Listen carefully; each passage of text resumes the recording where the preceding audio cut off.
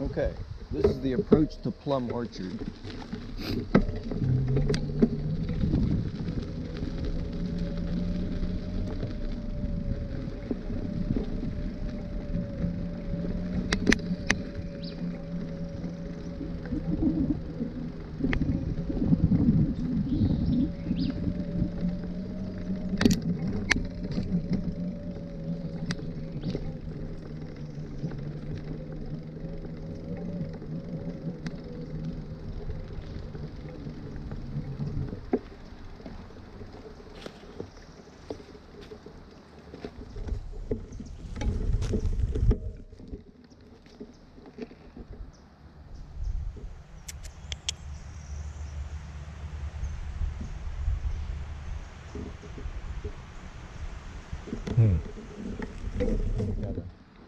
Got a Mexican standoff here.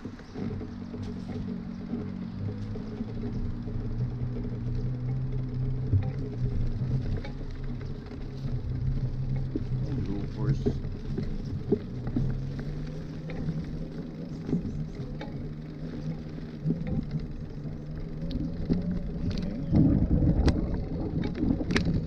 Gotta watch out not to run down any horses.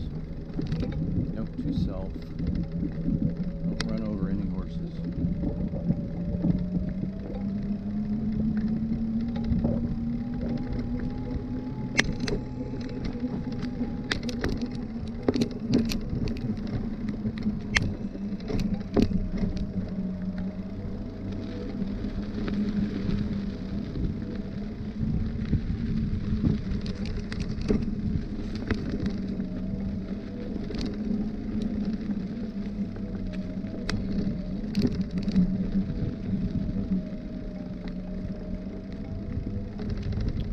Last time I was here, they were doing the roof, so you really couldn't get inside. They finished that project.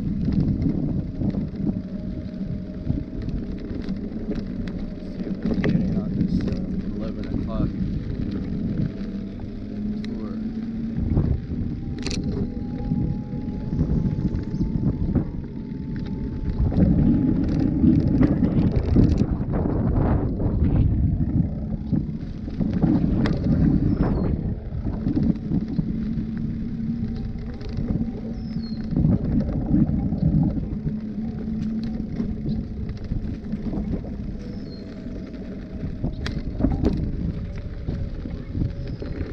Morning. Doing good, thank you. Actually, Stafford. Yes. How are things there? Windy. Same as here. Overcast. Are you here for the 11 o'clock tour? Yes.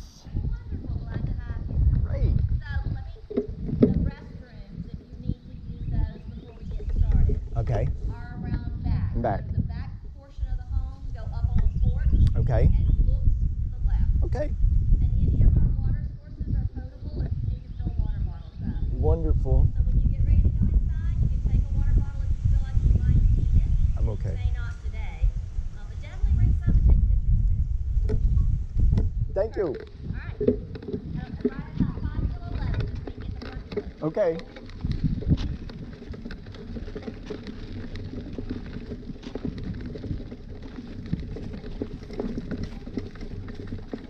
Hello. So you have to give your eyes time to adjust. Come on in.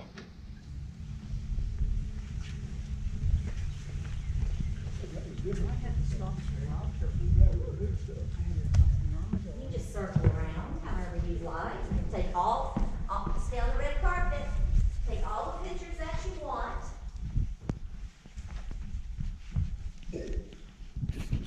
And if any of you collect national passport stamps, I've got some stamped already for you here. You may have forgotten to bring your book.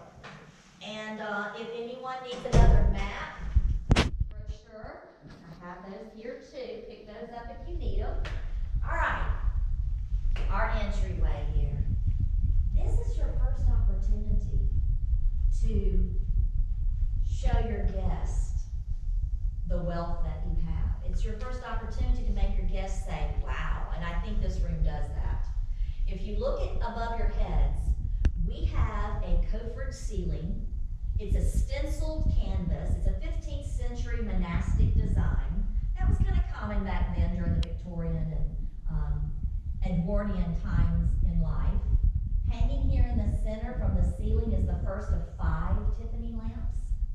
The furniture that you see here, it's a darker Jacobean style furniture. I call it the face furniture.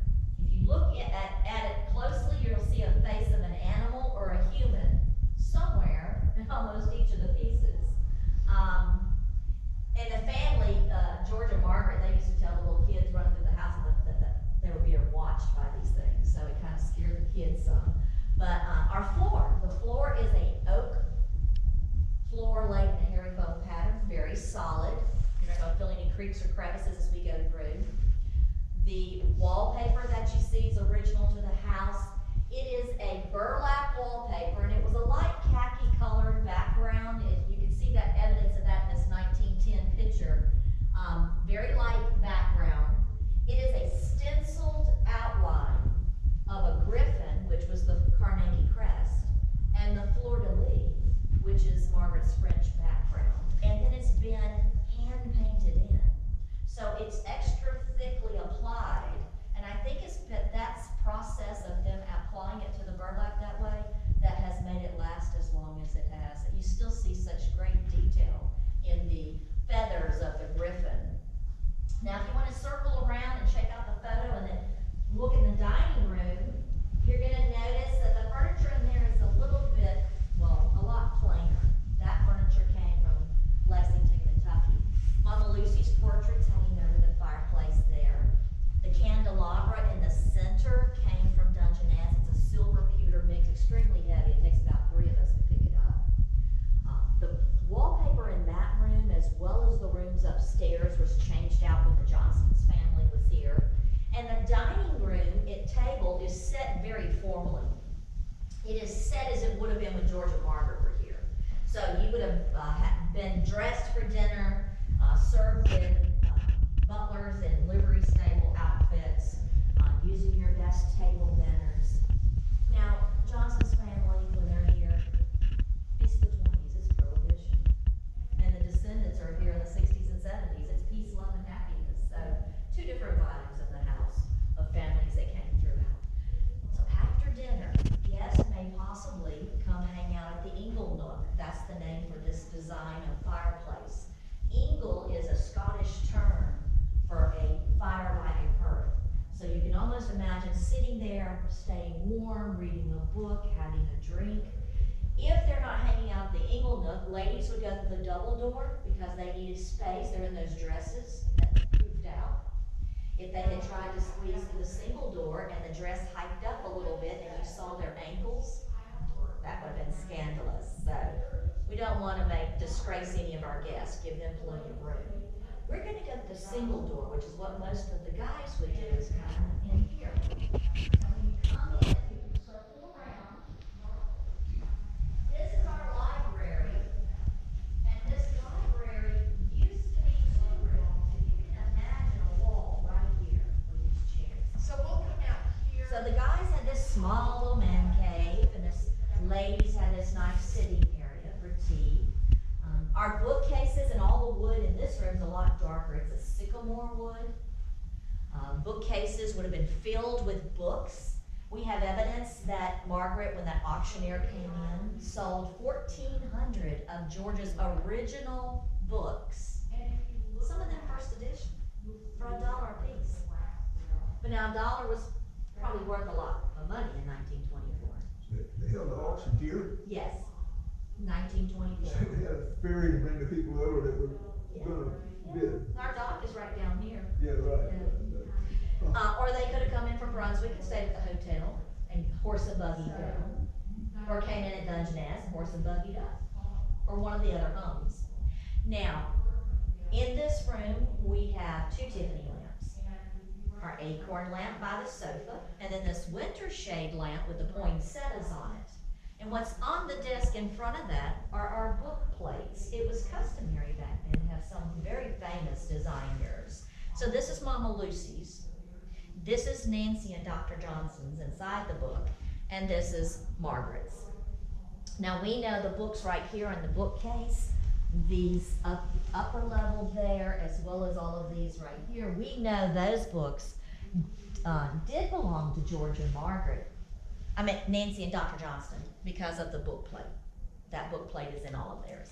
The wallpaper in this room, it is a blue silk screen with a lotus pattern laid on top.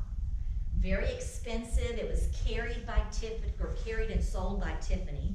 And they put it on the wall. If you look over here in the corner where the basket is, they applied it to the wall where it looks like it's growing from the floor to the ceiling. Kind of like you're in the middle of a lotus pads.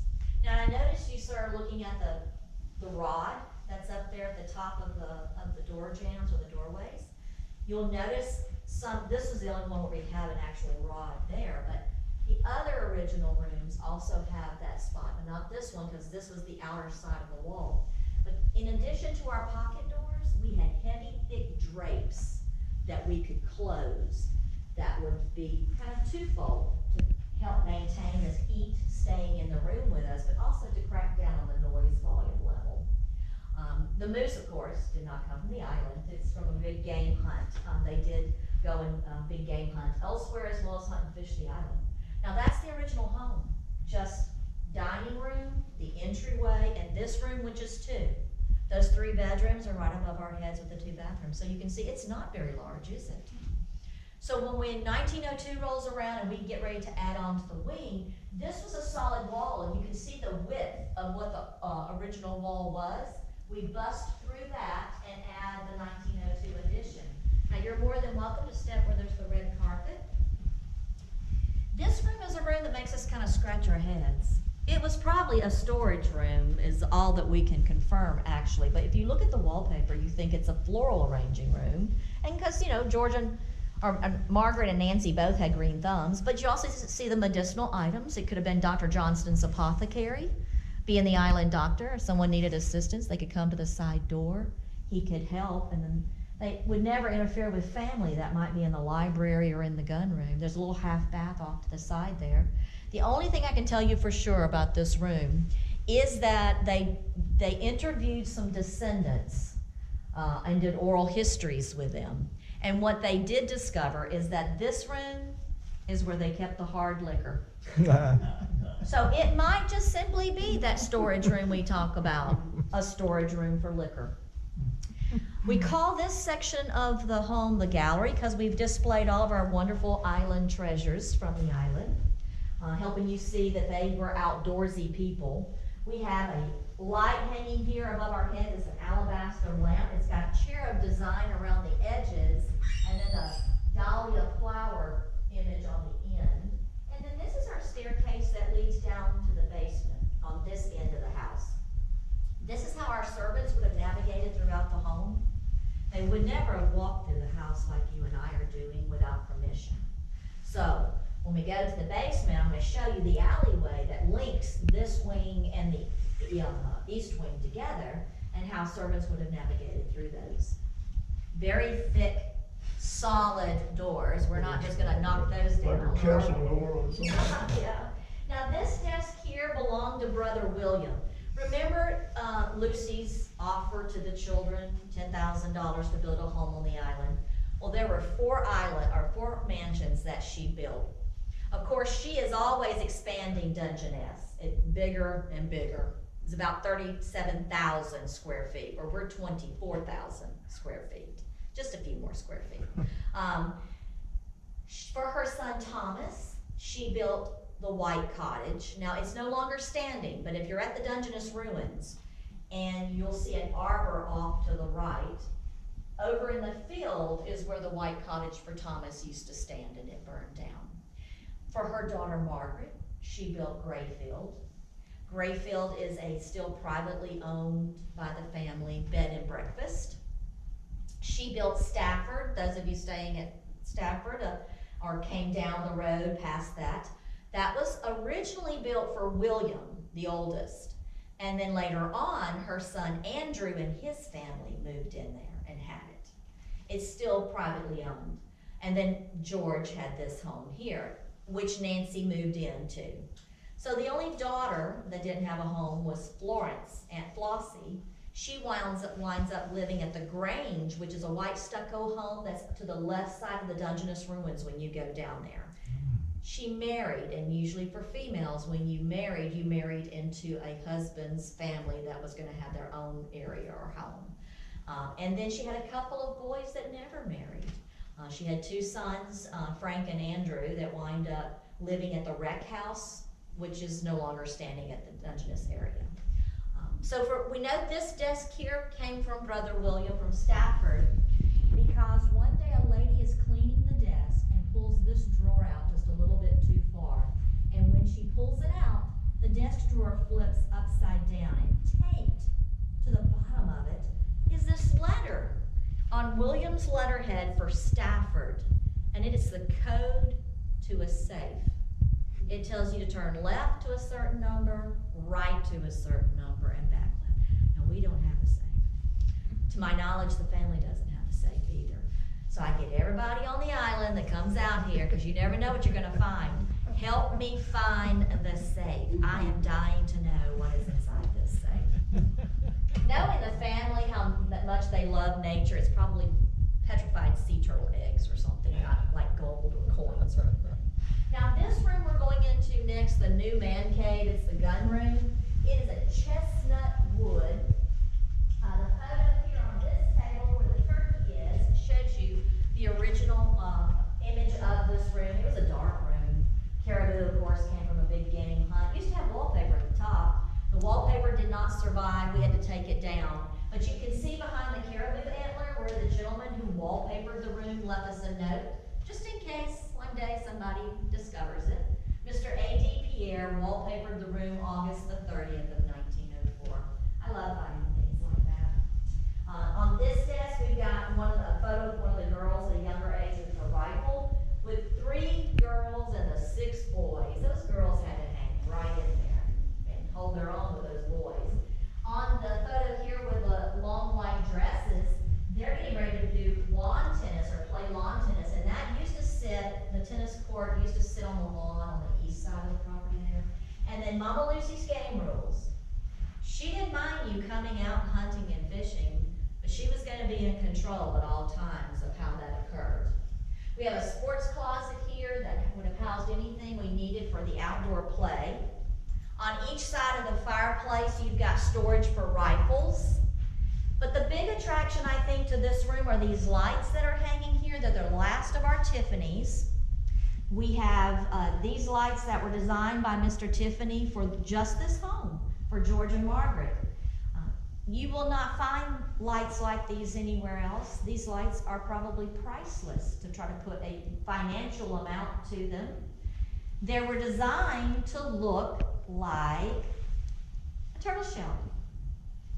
It does that, doesn't it? It looks just like a turtle shell. He did a great job. It's amazing.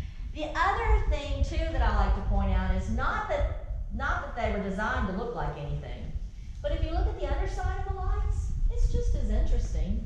Some people say, oh, it's oysters or acorns or ice cream cones. Still very pretty. Now, our piano is a 19th century piano, and the record player, these 2 items are brought in by the Johnston's family. The kids love to create plays and put those plays on for the adults later in the evening. And you can almost imagine sing-alongs or dances in this room with the record player going. Our drawers over here in this corner is where they kept the ammunition for the rifles. They also kept pistols in these drawers. And they've got the original labels here, so you'll see Springfield, Winchester, pistol, and then bullet sizes. All right, are you ready to head up and check out the bedrooms? Yeah. All right, let's head up. Now, as you're climbing the staircase, if you need to hang on to the banister, you can. And it's a great opportunity when you get to the end of the hall at the top of the stair landing. Look down the hallway, and you're going to see the full length of the house.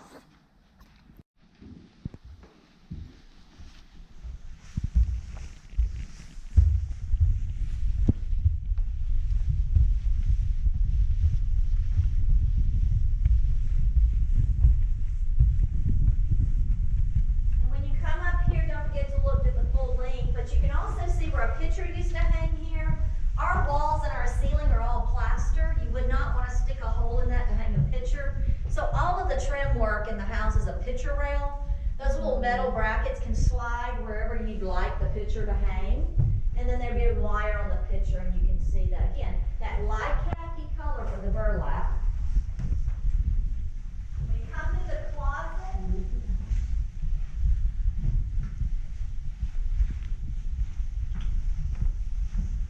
all the clothing that you see are just period pieces to help you see how styles have changed. When you come into this room, this is Margaret's dressing room. Now she had a coal burning fireplace, and she has a steam radiators, but she hated the way the radiators looked in rooms. I'll show you what she did with hers in the bedroom. The outfit that you see to the left might have been an outfit that Margaret Style would have been wearing. Here to the right, the 20s, Nancy might have been in. And what's in between is called a fainting couch. Now the couches got their name fainting couch back during the time when ladies wore corsets, and you can't see it because it's underneath her shirt, but she has a corset on and it's tied as possible so that her waist is as small as possible. That cuts off the circulation to her head all day. The blood flow is limited. And so by the end of the day, when you go to take that off of her, she is probably going to pass out. So we'd stand her at the end of the couch or the side of the couch. So when she passes out, she can daintily swoon to the couch like a lady and not land on the ground. Now, always like a lady in the Victorian era. When we go to the bathroom, you come off the carpet and stand on the tile and get us all in. And when you come in here, you're gonna the wallpaper that you see is not paper at all. It is cloth with a design laid on top. This tile work that you see, the original commode matches that in the basement. I'll show you that. We had to take it out. She had a bidet. She has exposed plumbing because back then not everyone had indoor plumbing. And you know, we've got it. We want to kind of flaunt it. And we want maybe you go tell everybody that we had it. We have a beautiful rain head shower and a nice deep soaking tub. And the best part about this is this knob that says shampoo. You would attach a shampoo bottle and you could turn the shampoo knob, and shampoo and water are going to come out of the rain head mixed together. Like a car wash. Isn't that cool? Yeah. We have a nice large steam warmed towel rack here. And then back then you did not have air freshener. So most of us, if we're going to use sulfur matches, because you can strike a match and use the sulfur match to take care of any odors, we probably would just lay a box of matches on the back of the tank, right? Not Margaret. Margaret, everything had to be just so for Margaret. So this was designed to hold your box of matches. And then after you struck the match and you used it, you would lay the burnt match in the tray. Mm-hmm. That way it wouldn't be an unsightly box of matches just sitting here on the back of the tank. So let's go over to her bedroom and check out her nice large bedroom. Excuse me.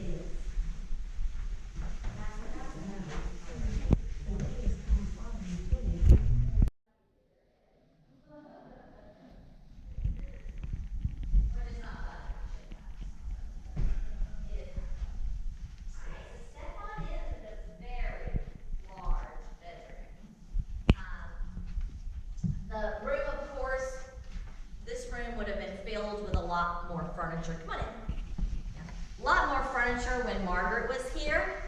Remember, she got rid of everything.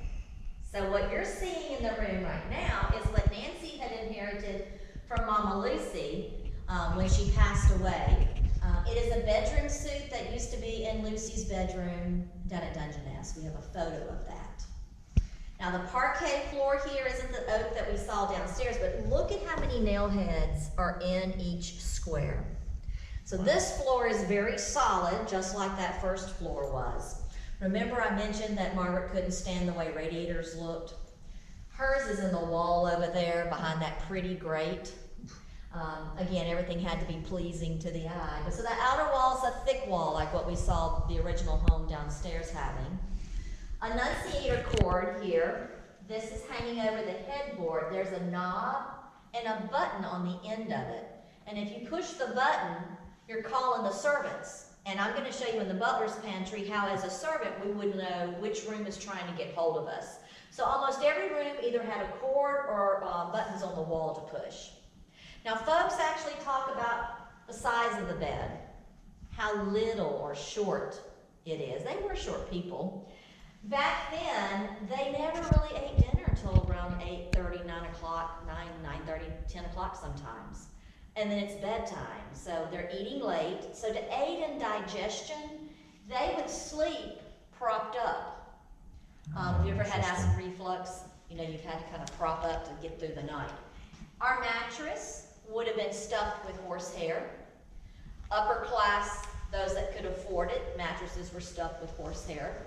Those that could not, it was stuffed with Spanish moss, which we know is kind of buggy, itchy. Wallpaper again was changed out for the Johnson's family when they were here. All right, let's walk across the hall to George's dressing room, and then you can keep walking through his bathroom, and then you're going to walk up some stairs into his original bedroom.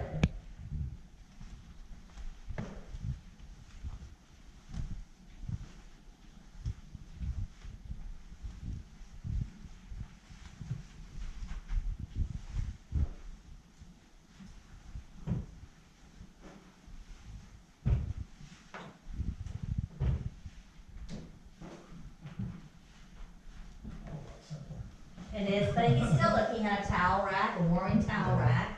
He didn't have a bidet, but he had those matchbox covers. If you notice when we came through George's bathroom, there was a coal burning stove in the corner. That was not there when George and Margaret were here. Uncle Thomas came to stay with Nancy and Dr. Johnston when he was a little old man, and he was soaking in the tub, and he was cold. So he had that installed, and I can only imagine that Margaret is rolling over in her grave about how tacky that little stove in the corner was. Because they didn't do it, I mean, they just literally threw it in there and put some metal flashing behind it, and that was it. So she's probably thinking, oh my God, I can't believe they did that to my house. Now this was George's original bedroom. Even when Margaret added the big suite on, he still had this room, and she stayed in the suite. When we came up these stairs, we came back into the original portion of the home. And this was George's bedroom, and here's the door that led to Margaret's original bedroom. So when you come into her room, beautiful views out the windows, an ensuite bath that has the same amenities as what we saw in her new bathroom, just a smaller scale. You'll see the steamer trunk here is how we traveled back then. You came to visit us, you're coming for a little bit of time. You would have packed whatever you thought you needed, shipped it ahead of time. The servants would use our elevator, and I'll show you that in the basement. They'd use that to bring the trunks up and have them in rooms waiting on you when you got here. Here in the hall, you look to the left, and if you need to get closer to get the engraving, you can do that. But it's a bell that Mama Lucy gave the kids as a housewarming gift when they broke ground on building the home. It is engraved Carnegie, Plum Orchard, October the 6th of 1898, green and joyous remembrances. And there used to be a cord that went to the first floor, and we ring it for things like calling you to dinner, or guests were coming down the road, or it's an emergency and we need to get out. We no longer ring it. It's an 1898 bell. If we were to damage that in any way, we're not replacing those kinds of things. Those are of sentimental value, so it still functions. It's very loud. Now we're going into the only guest room they have. Whenever it's 3 bedrooms, 2.5 baths. It's a nice large room. We could have had several beds in it. The clothes in the closet are servants' outfits that they might have been wearing when George and Margaret were here. Servants with Nancy and Dr. Johnson are probably in uniform too, just maybe not as formal as like Downton Abbey.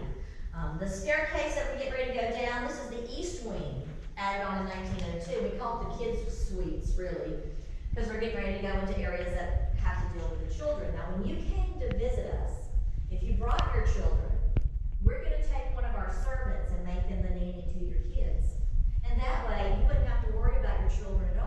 could enjoy all the adult activities.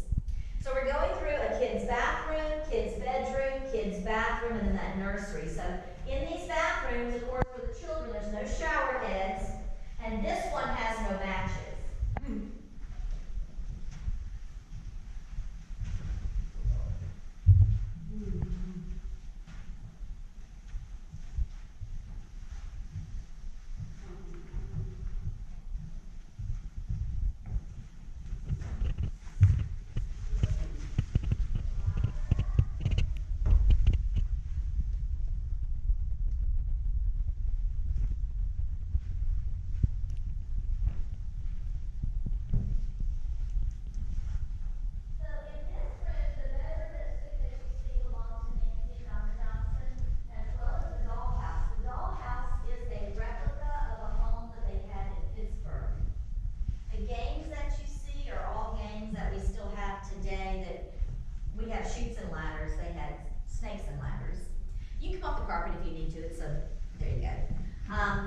In the very beginning, we did not have electricity.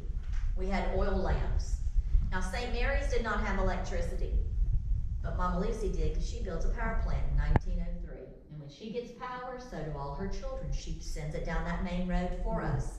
So when we get our electricity, we're in the middle of building our home, our suites, our wings here. So we have windows up, attic fans going.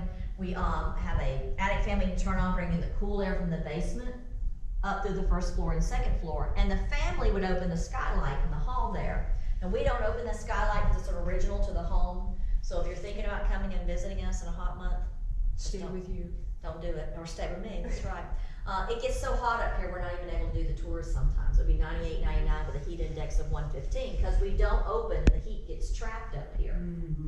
Park Services put about $15 million in the home in the last 15 years. I think as we were walking through, you could see evidence of damage that was done with our original roof that was leaking. During COVID shutdown, we get a new roof. If you look out the window, you can see the new roof. It looks like wood shakes, doesn't it? But it's not.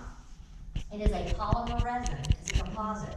It was a $2 million roof job with the roof and the gutters.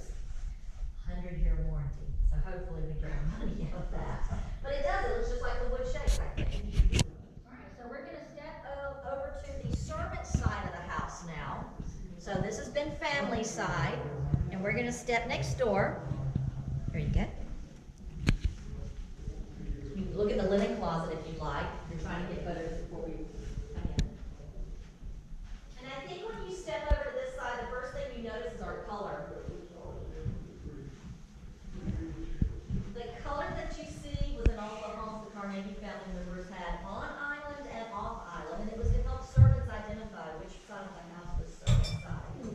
And watch your head.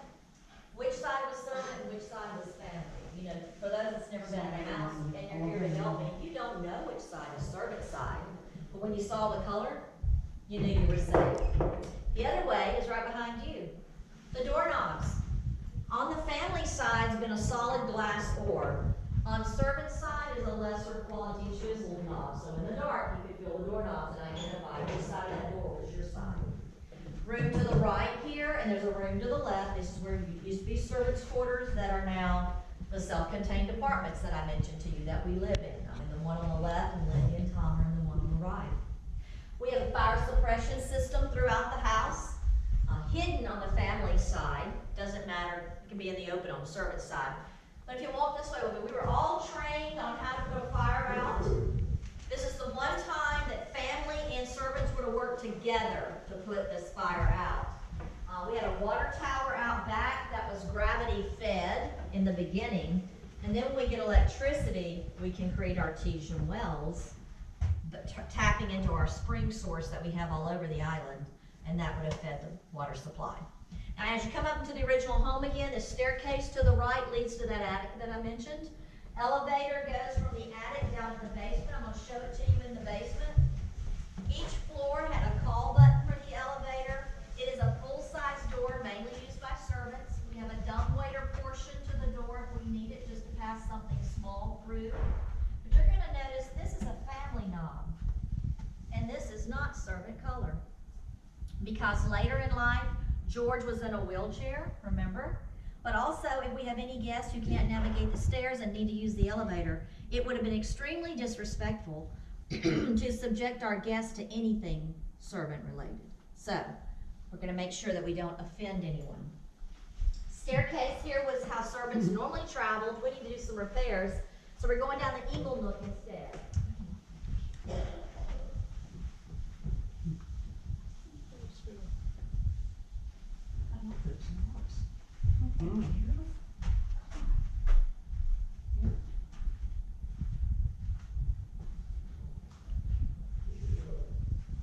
This whole little section here is the intentional and of some sort with this open curtain like it is.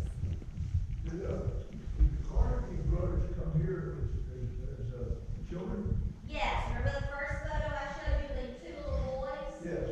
Thomas, Andrew was around the age of 13, and Thomas was around the age of 5. So, And mom and dad. and their family, were they affluent in Scotland? No, dad, I think he was A weaver. a weaver, and mom picked up, I don't know, it was sewing of some sort or Yeah, because the something. dad got little shaky. And then when they came to America, oh, I'm gonna talk about the phone next. So, when they came to America, dad winds up not being able to, Yeah. work and things, so Andrew had to go to work at a very young age as like a courier. Telephone. In addition to having electricity down at Dungeness, and Mama Lucy sends it up here, she also sends the telephone line. She had a switchboard operator down at Dungeness that kept us all plugged in. This was a party line. You know what I mean?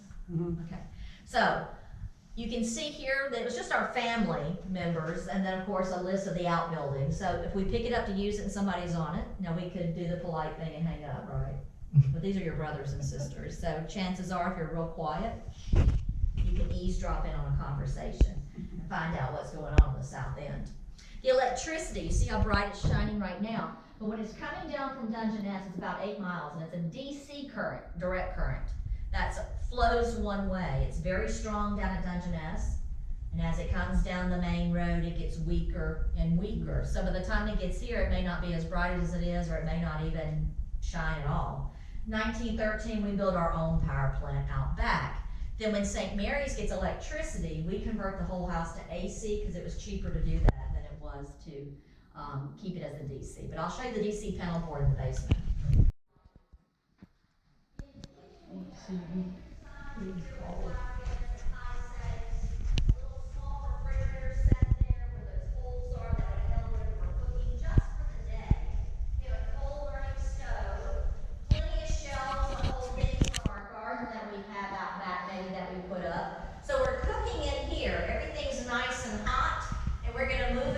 Butlers pantry to plate it. So if you'll walk with me this way, you'll be able to see across the hall here is where we had servants dining. And Man, then, brother, to get that in there, wouldn't it? Jesus. Butlers pantry.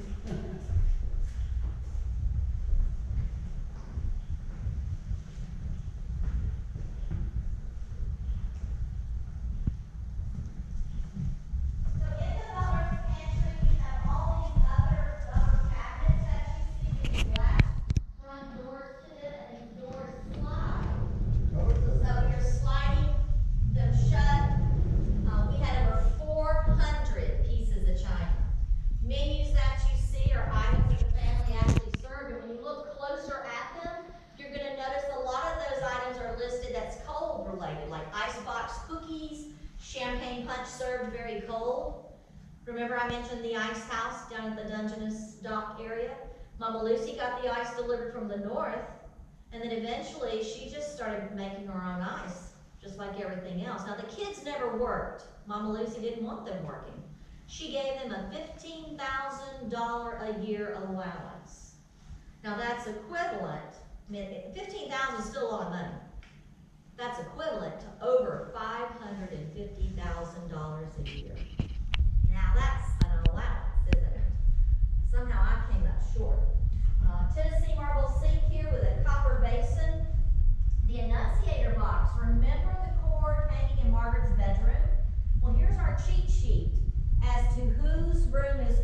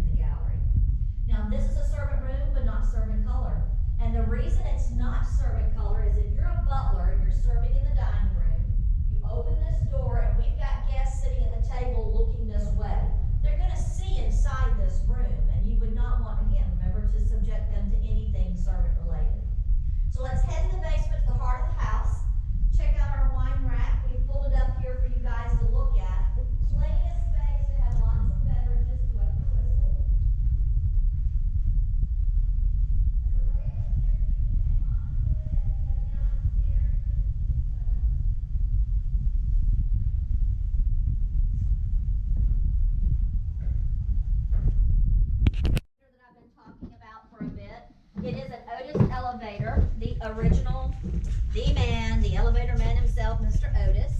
Every elevator you get in now is gonna probably have Otis's name all over it somewhere. I find it very interesting, it had a 200-pound capacity. You know, if I'm in it with a steam trunk, or if I'm in it with George in a wheelchair, we're gonna meet that 200 very quickly. But mainly used again by servants. It was a cabling system, it had a braking system, but both were kind of hard to get the elevator functioning. So they built, for safety and easing the use of this elevator, this hydro assist lift here. They're utilizing the water source that we have. They're using water pressure to come through those pipes that you see to turning the wheel that has a cable on it, which is attached to the elevator. And that's gonna aid the elevator to get up and down, but also in the event that the brake fails, it's gonna keep us from crashing from the attic down here to this basement. Coal bin in the corner there, and this right behind you that looks like a Frankenstein movie prop is the DC panel board system that they had. The alleyway that you see goes all the way to the other end. That's where the servants would navigate. The wooden box in the corner behind you there is a heat exchanger. Heat's coming out of our furnace, and it goes into what looks like radiator coals to create steam, which then goes up to the radiators for our steam radiators.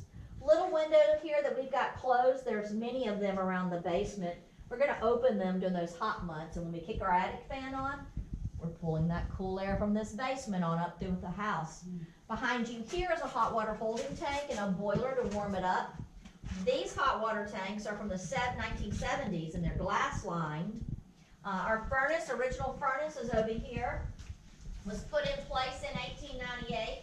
And then here on this side, we'll go here just a second. This thing's a You're beast. gonna see our refrigeration machine. Now the kids are going through a lot of ice up here, and it was causing a problem. So they had to come up with a solution, and George was tickled pink to buy this thing. It was $1,000. That was twice the cost of automobiles back then. It's 1903 with a French priest, Edfran Sigrin. Actually, the manufactures or designs this piece of unit. GE picks it up. It is sold or manufactured in Fort Wayne, Indiana. And George gets it in 1906. It's designed to work with a cable here, a little motor with a battery to operate that, a sulfur dioxide solution, and as those chemicals mix together, the air gets colder and colder. The condensers where the cold air is occurring and it's flowing through the pipe here into the evaporator.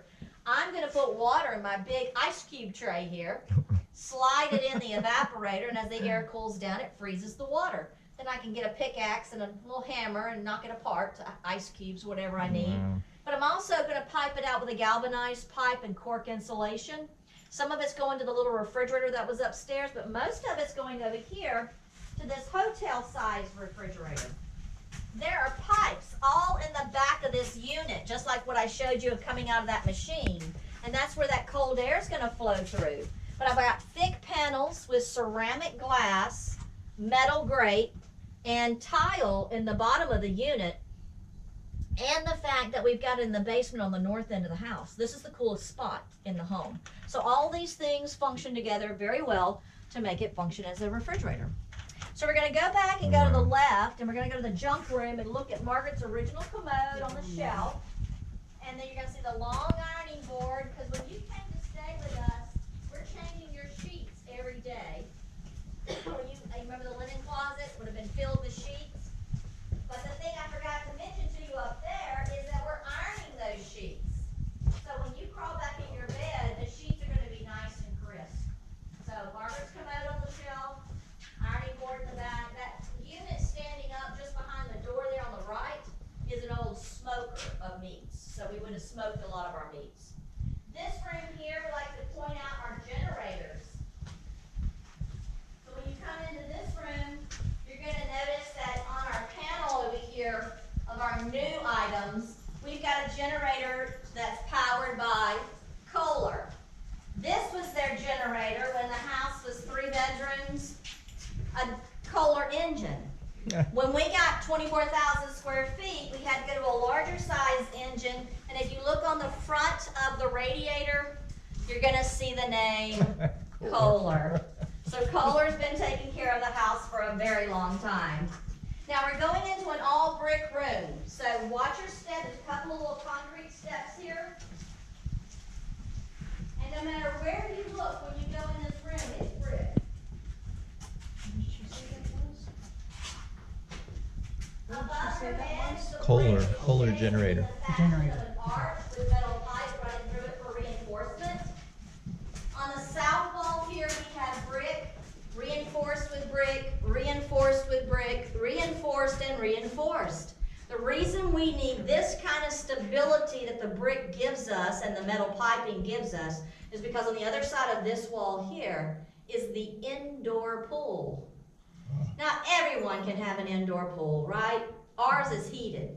We have a trough here that would have had coal in it, a boiler system in the corner. We would have fed the coal into that to warm it up. We're gonna try and keep the water at about 76 degrees. All right, so let's head on up. I can already feel that cool air coming in. Woo. Watch your head right here.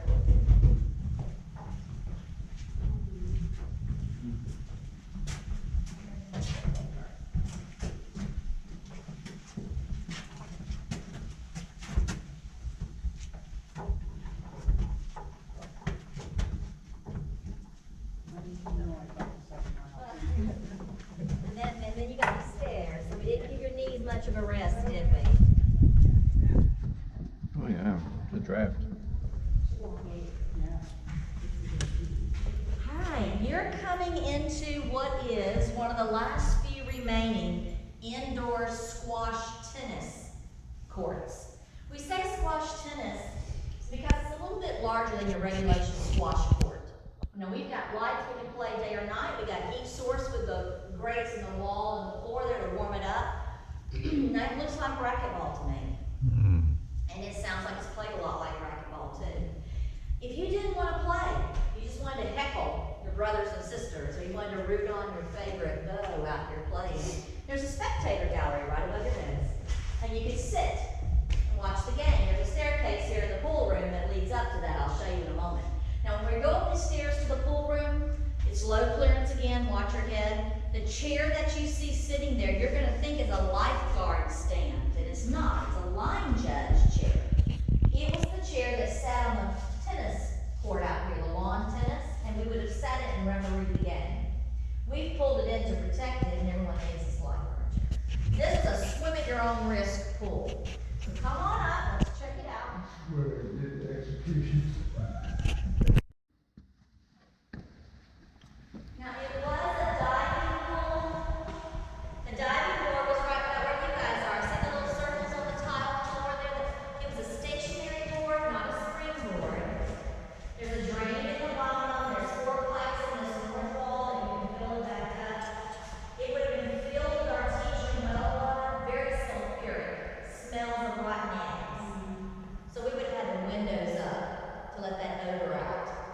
When we go to drain it, we're going to call the other mansions and say, bring the kids, and they can climb down to the bottom and they can play before it gets too deep. It's going to take us a couple of days to fill up.